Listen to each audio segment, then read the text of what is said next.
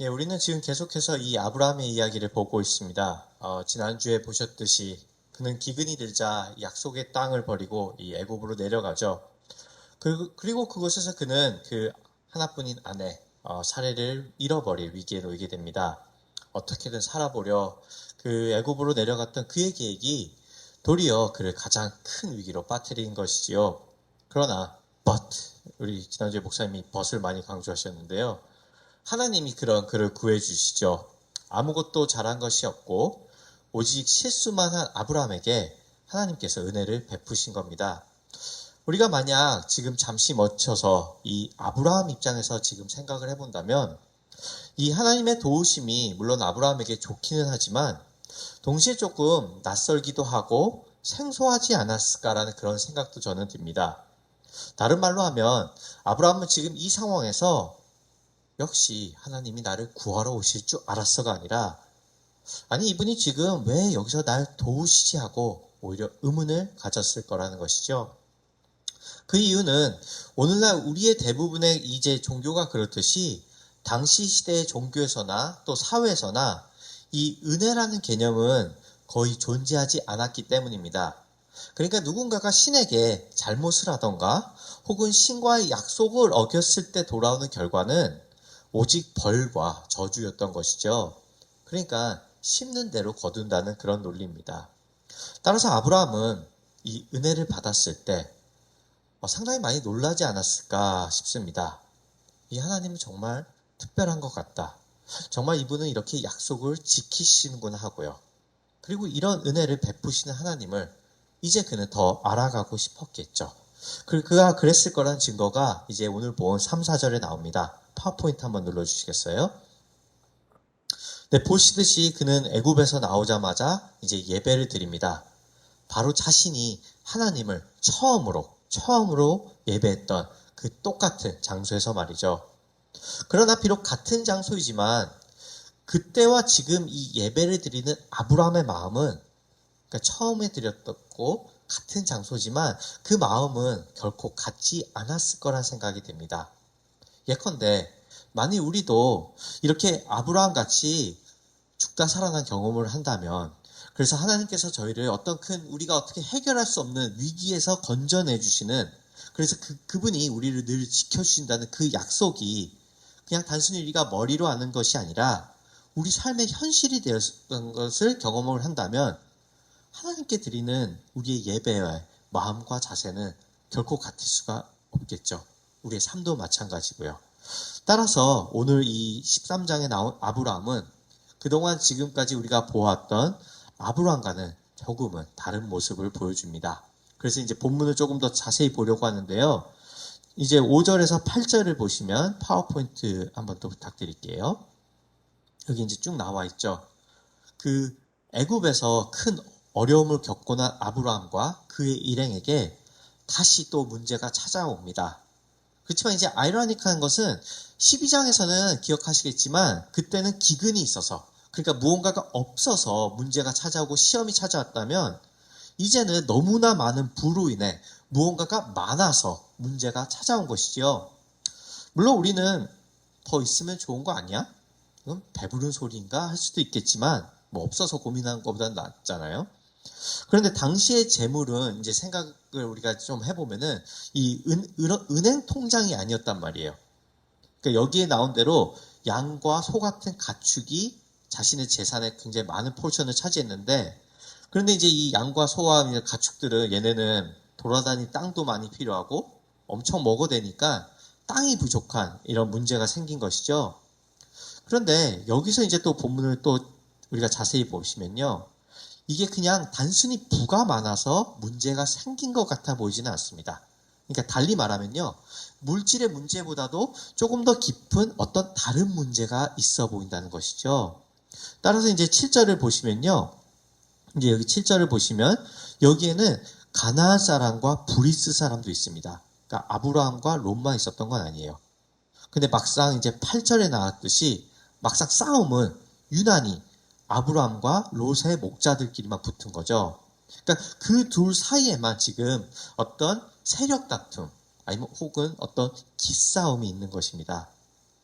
그리고 이런 바로 이 부분에서 이렇게 이제 롯과 아브라함의 갈등이 일어났을 때 아브라함은 굉장히 파격적인 반응을 보여줍니다. 9절을 보시면요. 파워포인트 한 번 더 눌러주세요. 내 앞에 온 땅이 있지 아니하냐. 나를 떠나가라. 네가 좌하면 나는 우하고 네가 우하면 나는 좌하리라. 그러니까 롯에게 먼저 선택권을 주죠. 네가 여기를 가면 내가 저기로 가겠다고요. 자, 이거는 정말 엄청난 제안입니다. 왜냐하면 지금까지 이 창세기에 나온 이 롯을 한번 우리가 떠올려 보시면 롯은 그냥 들러리에 불과했습니다. 롯은 별로 나오지도 않았고 그냥 아브라함을 따라다니는 사람으로 묘사가 되죠. 그리고 조금 더 엄밀히 말하면 롯은 고아였어요. 그러니까 고아가 된 롯을 지금까지 아브라함이 계속 데리고 다니면서 아끼고 이렇게 부자가 되게 만들어준 것이죠. 그러니까 롯은 애초부터 이렇게 삼촌한테 이러면 안 되는 겁니다. 그런데 지금 그는 은혜를 베풀어준 그 삼촌에게 그래 어디 한번 우리 붙어볼까? 하고 있는 것이죠. 하지만 보셨듯이 아브라함은 이런 조카를 그냥 있는 그대로 받아줍니다. 아브라함이 집안의 한 어른이자 한 클랜의 리더로서 모든 그 권리를 포기하면서 말이죠. 그래서 한 주석가는 이 장면에 이 아브라함을 가리켜서요. 상상을 초월하는 너그러움이라고 표현을 하더라고요. 실제로 그래서 우리 성경에는 아브라함이 이제 보시면요. 한 발음 이상하네요. 친족이라고 했다 나와 있지만 그래서 싸우지 말자고 하잖아요. 원래 이 단어를 이 히브리어로 보면 이건 형제라는 뜻입니다.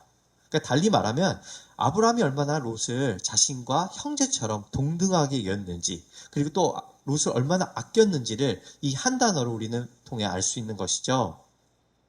그렇지만 롯은 지금 이 삼촌의 마음을 전혀 신경 쓰는 것 같아 보이지 않습니다. 어쩌면 롯 역시도 이 여정 중에서 삼촌에게 어떤 서운한 마음을 갖고 있었을지도 모르죠. 그래서 자기가 이런 선택을 하는 것을 정당화했을지도 모릅니다. 스스로. 나도 삼촌하고 다니면서 쌓일 만큼 쌓였거든 하고 말이죠. 어찌되었던 롯은 이제 산에 올라가 눈을 들어 요단 지역을 바라봅니다. 10절은 그가 무엇을 본지를 이렇게 기록하고 있습니다. 이에 롯이 눈을 들어 요단 지역을 바라본즉 소알까지 온 땅에 물이 넉넉하니 여호와께서 소돔과 고모라를 멸하시기 전이었으므로 여호와의 동산 같고 애굽 땅과 같았더라. 그러니까 롯은 요단 지역에 물이 넉넉한 것을 보았습니다. 곧 그는 그곳에 펼쳐진 끝없는 푸른 초장과 시냇물과 그곳의 풍요로움을 본 것이죠. 그러니까 모든 문명이 이 물 주위에서 시작한 것을 우리는 잘 알고 있습니다. 따라서 새로 시작하는 이 롯 입장에서는 너무나 합리적이고 너무나 당연한 선택을 한 것이죠. 롯이 아니라 그 누구를 데려갔다 해도 모두 다 같은 선택을 했었을 것입니다. 그러나 성경 기자는 이것이 합리적일 수는 있지만 잘못된 선택이었음을 분명히 알려주는 듯 해보입니다.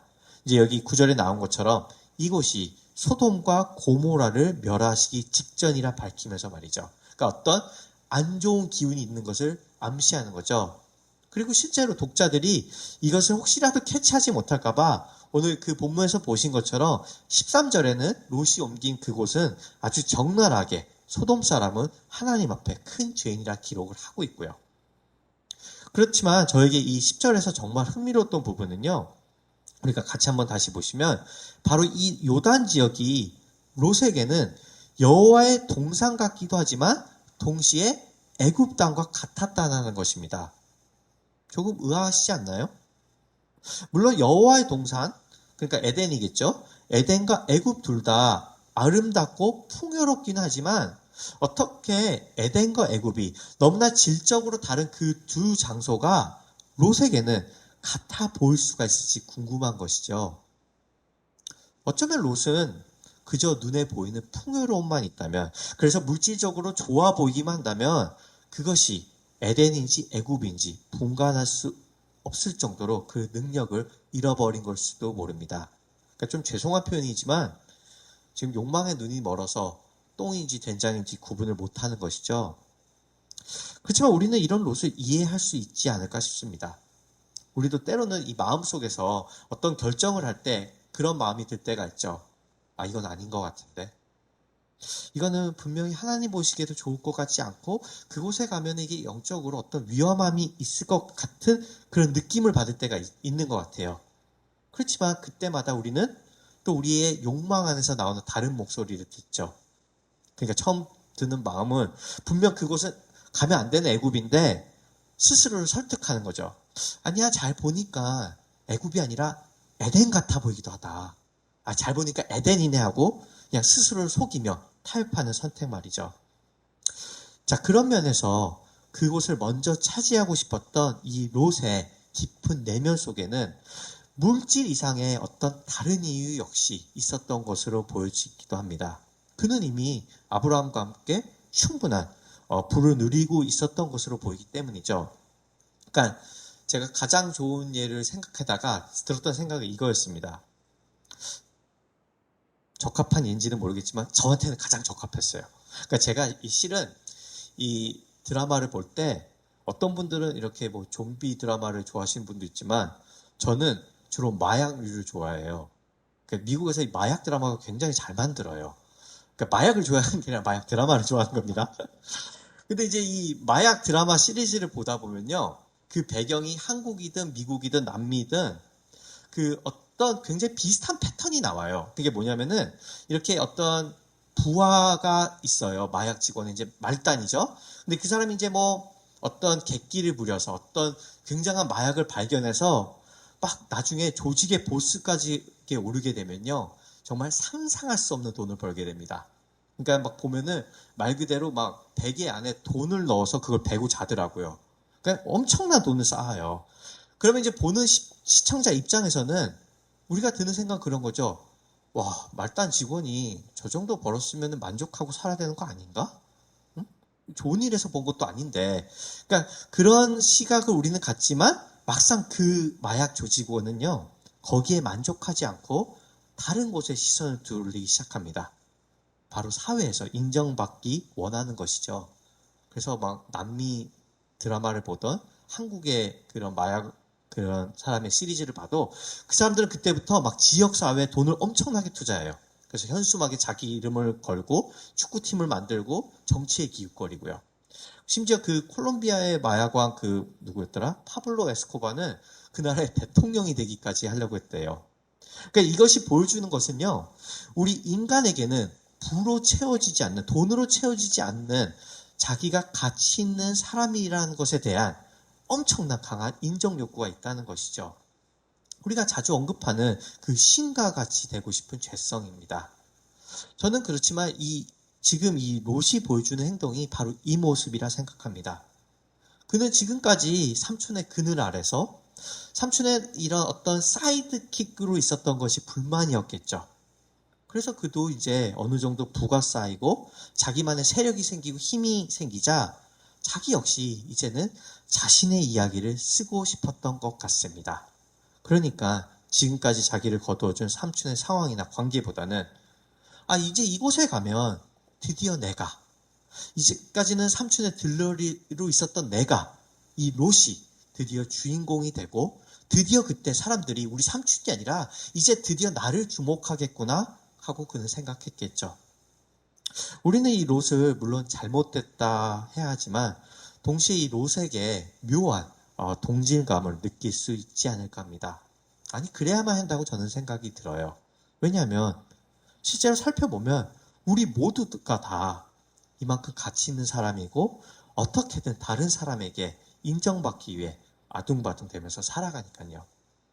그래서 얼마 전에요.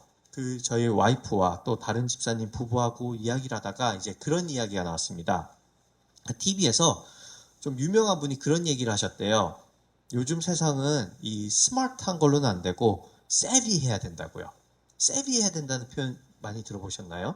그러니까 세비를 한국어로 표현하면은 이런 어떤 실용적, 그러니까 뭐 교과서전에 그 데피니션을 제가 보니까 이렇게 나와 있더라고요. 실용적 지식이 풍부한 사람이라고. 그렇지만 뭐 오늘날 우리가 생각하는 세비니스는 굉장히 머리가 빠릿빠릿하게 돌아가고 눈치가 빠르고 상황이나 이런 거를 잘 파악하는 사람이겠죠. 근데 그런 사람이 이제는 성공을 한다는 것입니다. 그리고 저는 생각하면 할수록 이 이야기에 정말 동의합니다. 그러니까 우리가 사는 세상은 너무나 경쟁도 많고 치열하니까, 그리고 사람들이 전부 다 똑똑해요. 이제는 다 똑똑한 사람이니까 그 중에서도 가장 찌를 때 찌르고 빨리 빠지고 그렇게 눈치가 빠르고 지혜로운 사람이 성공하는 거겠죠. 그리고 그렇게 세비한 건 나쁜 게 아닙니다. 저도 세비한 사람을 좋아하고요. 저도 세비해지고 싶어요. 이게 쉬운 건 아니지만. 그렇지만 문제는 사람들은 오직 자신만을 위해 남의 상관없이 자기 이득만을 위해 더 세비하고 싶어진다는 것이겠죠. 그러니까 그런 시각으로 봤을 때 오늘 본문에서 롯은 정말 세비합니다. 그는 자기에게 돌아온 이 결정적인 절호의 기회를 결코 놓치지 않죠. 그래서 실제로 한어 성경에는 나와 있지 않지만요. 이 영어 성경 11절에는 이렇게 나와 있어요. Lot chose for himself. 그러니까 롯이 오직 자기를 위한 선택을 했다 나옵니다. 반대로 아브라함은 자기 것도 못 챙기는 바보처럼 보이고요. 그런데 아브라함이 정말 롯보다 상황에 둔한 사람이어서 롯만큼 세비하지 않아서 그랬을까요? 그렇진 않았겠죠. 이 바로 전장에 12장에 보시면 아브라함은 그 애굽에서 세비니스는 이런 거라고 몸소 보였던 사람이죠. 아내를 누이라고 하는 아주 기가 막힌 생각을 해내잖아요. 반쪽짜리 거짓이니까 양심도 어느 정도는 설득할 수 있고, 그러니까 자기부터 살려고 했던 사람이죠. 아브라함이 세비니스가 없던 사람이면은 아내가 예쁜 것도 눈치 못 채고 애굽 사람이 어떤 생각을 하는지 눈치 못 채고 그냥 죽었을 수도 있었을지도 몰라요. 따라서 제가 말씀드리고 싶은 요지는 아브라함이 롯에게 지금 이렇게까지 관대할 수 있는 이유는 그가 자기 것을 잘 챙길 줄 모르는 바보여서 그랬다는 것도 아니고, 아니면 자신보다 가족에 대한 사랑이 남달라서 조카에 대한 사랑이 너무나 큰 삼촌이기에 이렇게 관대함을 보인 게 아니라는 것입니다. 실제로 그는 롯보다 훨씬 더 이기적이었고 훨씬 더 어리석은 사람이었죠. 그런데 애굽에서 경험했던 그 하나님의 은혜가 곧 아브라함이 어떤 모습으로 있던지 하나님께서 그 모습 그대로 사랑해 주시고 책임져 주신다는 그 복음의 은혜가 아브라함을 이렇게 관대하고 어떤 결정에도 자유로울 수 있는 사람으로 바꿨다는 것입니다. 따라서 오늘 본문은 저희로 하여금 복음이, 이거 자체가 복음은 아니지만 복음이 어떻게 우리를 변화시킬 수 있는지, 복음이 우리에게 어떻게 어떤 자유와 안식을 줄 수 있는지, 그리고 우리가 그렇게 복음 안에서 안식할 때, 자유할 때 하나님께서 우리를 어떻게 책임지시는지를 보여주는 듯합니다. 실제로 그래서 롯이 그렇게 자기만을 위한 선택을 한 후 하나님께서 다시 아브라함에게 나타나십니다. 14절입니다. 파워포인트 틀어주시겠어요? 롯이 아브라함을 떠난 후에 여호와께서 아브라함에게 이르시되 너는 눈을 들어 너 있는 곳에서 북쪽과 남쪽 그리고 동쪽과 서쪽을 바라보라. 보시듯이 아까의 롯은요, 자기가 직접 자기의 눈을 들어 세상을 보았지만 여기에 아브라함은 자기가 스스로 눈을 들지 않습니다. 차이가 있는 거죠. 롯은 자기가 눈을 들었지만 아브라함은 하나님의 말씀을 듣고 눈을 들죠. 롯은 자기가 눈을 들지만 아브라함은 하나님의 말씀 안에서 눈을 드는 것입니다. 그리고 그는 15절과 17절에 나오듯이 또 파워포인트 한번 틀어주세요. 하나님으로부터 그 땅을 약속받습니다. 그러니까 롯은 스스로 가치와 인정을 얻으러 자기가 직접 그 땅을 찾아 나섰지만 아브라함은 하나님을 통해 그 가치와 인정을 부여받는 것이죠. 얻어내거나 쟁취하는 게 아니라 주시는 걸 받는 것입니다. 그래서 성경 기자는 18절에 다시 한번 파워포인트 눌러주시면요. 아브라함이 다시 한번 예배를 드리는 것을 기록함으로 이 13장을 마칩니다. 그러니까 시작도 예배로 시작하고 끝도 예배로 마치면서, 그리고 그 가운데 롯의 얘기를 이 샌드위치 같이 넣으면서 아브라함의 선택이 옳았음을 알리며 그가 하나님과 어떻게 더 이제는 신뢰의 관계를 갖게 되는지 이 13장 전체를 통해 보여주는 것이죠. 말씀을 여기서 정리해 보자면 아브라함과 롯의 이야기는 우리로 하여금 우리가 어떻게 눈에 보이는 것만이 아닌 믿음의 눈으로 살아갈 수 있는지를 보여줍니다. 복음이 주는 자유와 안식에서만 그게 가능하다는 것이죠. 물론 이것은 결코 쉬운 일은 아닐 것입니다. 실제로 우리가 살아가는 세상은 롯과 같이 살아야 하는 게 정상입니다. 그게 맞는 거예요. 롯과 같이 사는 게. 그리고 더 나아가 조금 더 솔직하게 이야기를 한다면 우리가 세상에서 받는 인정과 가치와 사람들의 칭찬과 그리고 풍요로움이 그렇게 내가 눈으로 볼 수 있고 손으로 만질 수 있고 귀로 들을 수 있는 그것들이 보이지 않는 하나님의 약속과 때로는 들리지 않는 하나님의 목소리보다는 더 확실하게, 더 생생하게 우리에게 느껴지기도 하니까요. 그래서 우리도 롯과 같은 선택을 살면서 훨씬 더 많이 하는 것이겠죠. 복음이 나에게 정체성을 준다고 우리가 입술로는 고백을 하지만 저는 제 삶을 보면은 막상 제 삶을 보면은 어떻게든 그 정체성을 나의 직업에서 내가 가진 능력에서 내 물질에서 때로는 이 교회에서 얻어내려고 들려는 것이겠죠. 그래서 우리는 그리스도가 필요한 겁니다. 이게 우리가 아무리 노력한다고 되는 게 아니니까요. 실제로 우리 주님도 산에 올라가 아래에 있는 땅을 보신 적이 있습니다. 바로 마귀가 그 주님을 산 위로 끌고 가 아래의 천하만국을 보여주면서 자신에게 절을 하며 이 모든 것을 주님께 약속한다고 할 때였죠. 물론 우리는 당연히 예수님이니까 예수님이 어떻게 마귀한테 절을 해. 어차피 하나님께서 십자가에서 다 주신다고 했는데 그럴 수도 있지만 주님께도 십자가는 결코 쉬운 일은 아니었습니다. 주님께서는 진짜 그 산 위에서 무엇을 보셨을까요? 물론 당연히 하나님의 약속을 보셨겠죠. 오늘 아브라함처럼 말입니다. 그렇지만 그분은 그 천하만국보다 자신이 누릴 수 있는 그 어떤 특권보다 그 땅을 보면서 그 약속 안에 있는 그 언약 안에 있는 저희를 또 보셨지 않을까 생각이 듭니다. 자꾸 롯과 같이 내 이득이 되는 것만을 보고 그래서 내 가족을, 내 친구들을 아프게 하고 또 내 스스로를 위험에 빠뜨리고 어떤 자유와 안식도 없이 오늘도 치열하게 내 정체성을 어떻게든 쟁취하려고 아둥바둥 살아가는 우리들의 모습을 말입니다. 그러나 주님께서 우리를 보셨고 또 지금도 우리를 보고 계시기에 그분이 우리를 대신하여 하나님의 약속을 보셨고 믿으셨기에 여기 있는 우리에게도 소망이 있다 믿습니다. 그리고 우리 역시 우리를 위해 모든 걸 이뤄주신 그분 안에서 우리도 조금 더 너그러질 수 있고 관대해질 수 있고 믿음의 선택을 할 수 있고 숨을 쉬면서 자유할 수 있겠죠. 그렇게 복음 안에서 변화될 수 있는 우리가 되기를 보이는 것을 뛰어넘어 하나님의 약속을 보면서 살아갈 수 있는 우리가 되기를 주님의 이름으로 축원합니다. 다 같이 기도하시죠. 우리 같이 나눈 말씀 생각하면서 기도하는 시간 갖도록 하겠습니다.